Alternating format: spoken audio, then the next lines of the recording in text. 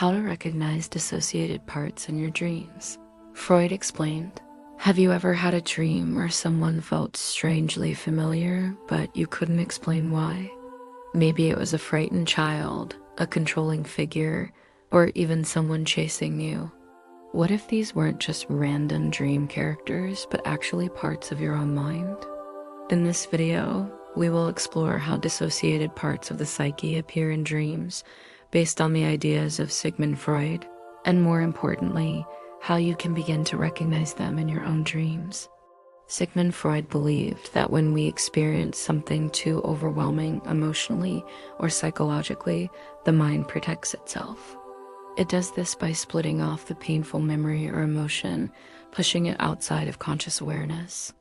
He called this the isolation of an incompatible idea, something the mind cannot accept or process.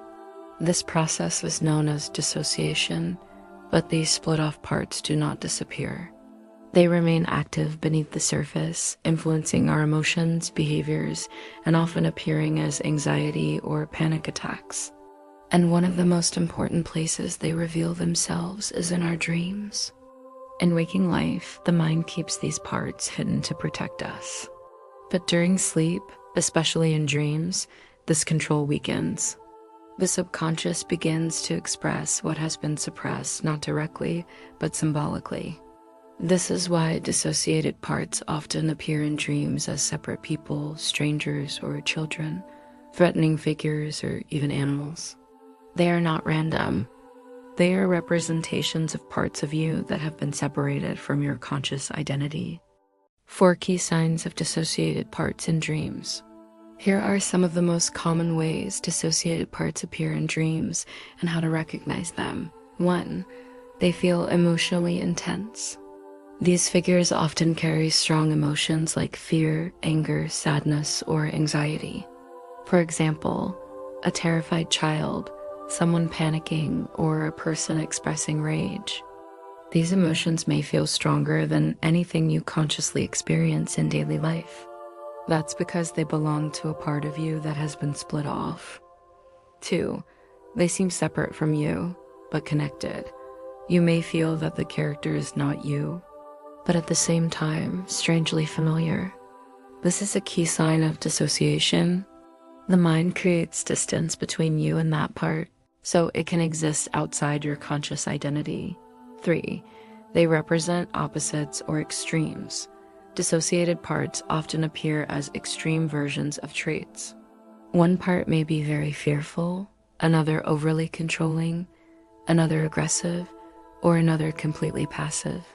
These extremes exist because the psyche has split conflicting emotions or roles into separate parts. 4. They act independently.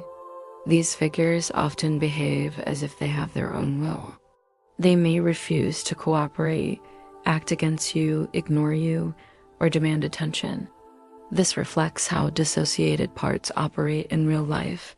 They are not integrated, so they cannot function in harmony. One of the most important signs of internal progress in your dreams is interaction. You may try to help them, run away from them, argue with them, or even feel responsible for them. This interaction is the psyche attempting to reconnect with what has been split off. Many of these dreams end with a subtle message about integration. The theme might be working together, understanding each other, or helping someone in need. Often, you are guided by a teacher or an authority figure. This is the mind moving toward becoming whole again. Now, let's explore the connection to panic attacks and anxiety. When dissociated parts are not integrated, they create intense internal tension. Each part holds its own emotions, needs, and reactions, but they are not coordinated. This lack of internal cooperation can lead to anxiety, emotional overwhelm, and sudden panic attacks. For example, one part may feel intense fear, while another part tries to suppress it. Yet another part tries to control everything. The result is conflict, which the body experiences as panic. Dreams reveal this conflict in symbolic form, allowing you to see what is happening deep inside. By understanding these dream symbols, you can begin the journey of healing and internal integration.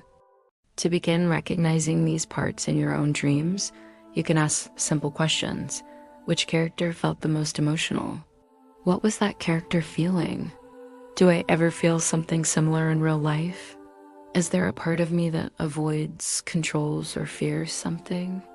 You can also start writing down your dreams and looking for patterns, recurring characters, repeated emotions, similar situations. Over time, you may begin to see that these dream figures are not random, but consistent parts of your inner world. Freud believed that the mind protects itself by splitting off what it cannot bear. But healing begins when we start to recognize these hidden parts. Dreams offer a unique opportunity to see them, not as something foreign, but as parts of ourselves that need attention and integration. By observing your dreams, you are not just watching random images, you are witnessing your mind trying to become whole again. What do you think? Have you ever had a dream where someone felt like a part of you? I'd love to hear your experiences in the comments. And if you want to explore more about dream meanings and the subconscious mind, subscribe for more videos like this.